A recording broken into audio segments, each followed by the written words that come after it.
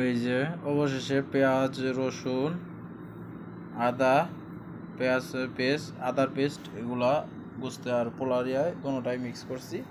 এখন হাতে মিক্স করার এভাবে মিক্স করে ফ্রিজে রাখা দেবো 10 মিনিট বা তার বেশি। পোলাও হওয়ার আগ পর্যন্ত ফ্রিজে থাকবো, যাতে এটা ভেরিগেশন হয়, সুন্দর মতো মিক্স হয়। এভাবে মিক্স করে সাথে আবার আলু দেওয়া হবে, টমেটো দেওয়া হবে। এগুলো কষানোর পর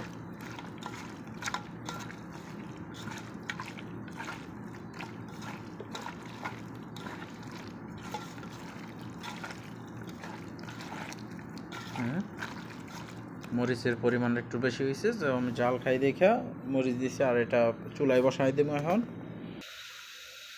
এই চুলায় নিয়ে আসলাম, চুলায় হিট লাগাই দিয়েছি। এখন বর্তমানে হিট হইতেছে। এগুলো করে তখন আমি চাউলগুলো বাউ করে নিয়ে আসি, চুলার আঁচটা ডিম করে দিই।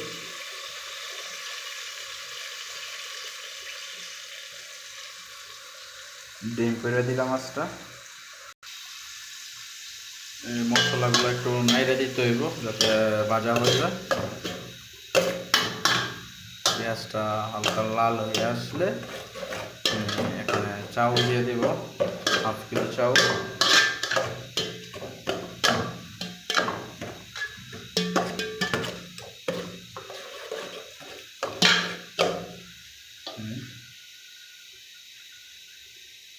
মিডিয়াম স্লো একটু হাই স্লো করে দিলাম। তখন ওরা ভাজা হয়ে যাক, আমি চাউল নিয়ে আসতেছি। এই সেই চাউল, কালো জিরার চাউল, বাংলাদেশ থেকে নিয়ে আসতেছিলাম।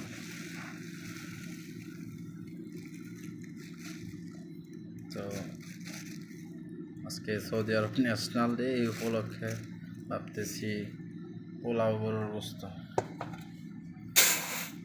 ছুটির দিন ছিল বটে, ডিউটি করে যাইছি মাত্র, ওভার টাইম করেছি।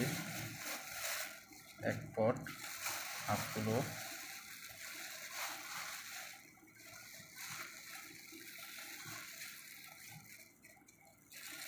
এই 2 পট,